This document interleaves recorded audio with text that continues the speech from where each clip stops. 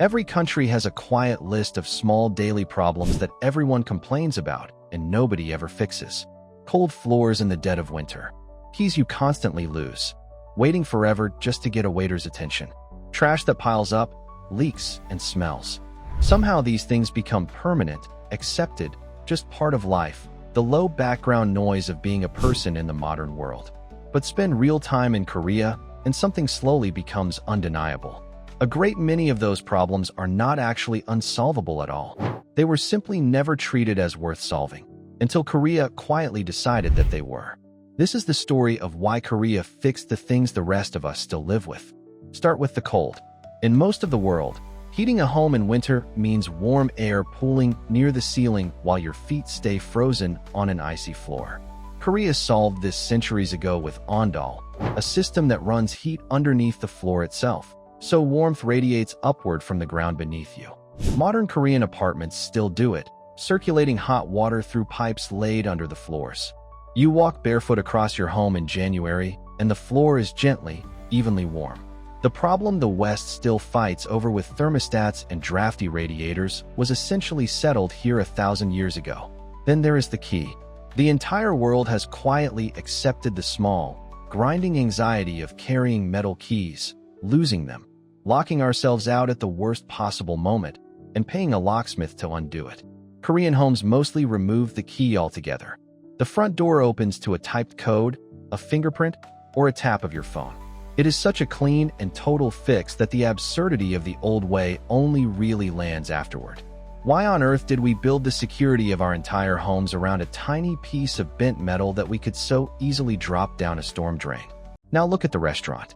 In much of the world, getting a busy server's attention is a quiet, undignified sport. The slowly raised hand, the hopeful glance, the patient agony of waiting just to ask for the bill. Korea looked squarely at this awkward little dance that hundreds of millions of people perform every single day, and simply put a button on the table. You press it, someone comes. That is the whole solution, start to finish. A universal discomfort that everyone experiences and almost nobody ever questions was quietly deleted with the technology of a doorbell. Consider garbage. Most cities let people throw away as much as they want for a single flat fee, which means nobody has any reason to think about how much they actually waste. Korea built a system where food waste is weighed at the bin and you pay for precisely what you discard. The effect is genuinely profound. Households waste dramatically less food almost overnight because waste suddenly has a real, visible price attached to it, and the city collects the rest and converts it into compost and energy. A problem treated nearly everywhere as simply inevitable turned out to be mostly a question of who pays for it and when. Think about your wallet. For most of us, getting through a city still means juggling a fistful of cards, loose cash, paper tickets, and a handful of apps that stubbornly refuse to talk to one another. Korea quietly folded that entire mess into a single tap. One slim card, or just your phone, carries you across subways, buses, taxis, intercity trains, and shops, with free transfers stitched in along the way. The constant low friction of a dozen separate, competing systems simply dissolved into one smooth, invisible layer you barely have to think about at all.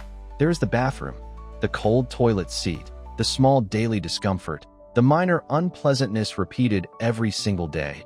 All of it the West simply shrugged at for generations as too trivial to bother with. Korea made the warm, washing, drying seat the completely ordinary standard, not a rare indulgence reserved for fancy hotels.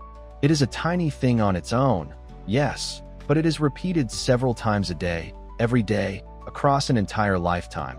And Korea quietly did the math and decided that all those small moments add up to something genuinely worth fixing properly. Look at the commute. Standing right on the crumbling edge of a train platform with absolutely nothing between your body and the tracks below is something most of the world still calls completely normal. Korea sealed its platforms behind sliding glass walls that open only when a train has safely arrived and lined up. The risk of falling, the blowing litter, the rush of wind, and a good deal of the noise all dropped away at once. The quiet daily danger we had all accepted as the unavoidable price of public transit was, it turns out, simply engineered out of the equation. And consider the air itself. When a wave of pollution rolls in, Most places offer little more than a vague official suggestion to maybe stay indoors if you can. Korea built a clear national mask standard, put real-time air quality readings on everyone's phone, and made clean air habits part of ordinary daily routine. The invisible, abstract threat became a concrete number you could actually glance at and plan your whole day around, deciding whether to walk, to mask up, or to keep the children inside, instead of just vaguely worrying about it. Take something as basic as finding a bathroom. In much of the world, a clean, free public toilet is a small daily treasure hunt, locked behind a required purchase, tucked away in a grim back corner, or simply not there at all when you need it most. In Korea, clean public restrooms are genuinely everywhere, in every subway station, in parks, in shops, and right on the street, free to use and reliably kept up. A universal human need that most cities quietly treat as somebody else's awkward problem is simply handled here as basic public infrastructure, and you slowly stop ever having to plan the shape of your whole day around where you might be allowed to go. Or take just staying connected. In many countries, fast and reliable internet is a frustrating patchwork of dead zones, mysteriously throttled connections, and bills that somehow climb a little higher every single year.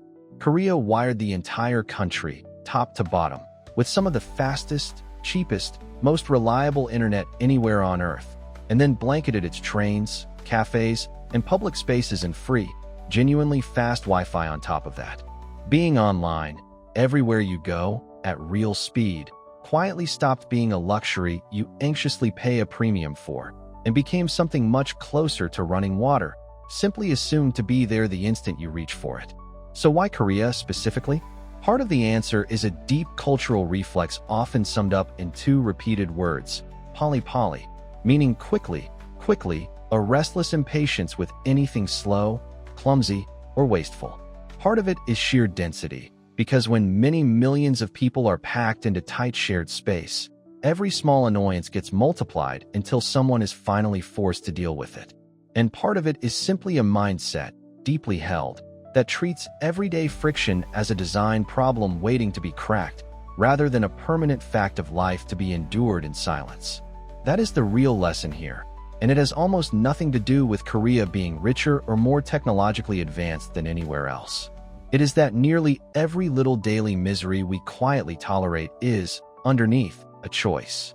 The cold floor, the lost key, the long wait, the wasted food, the cold seat, the dangerous platform. None of them were ever laws of nature. They were just problems that nobody had bothered to solve, until somebody finally did.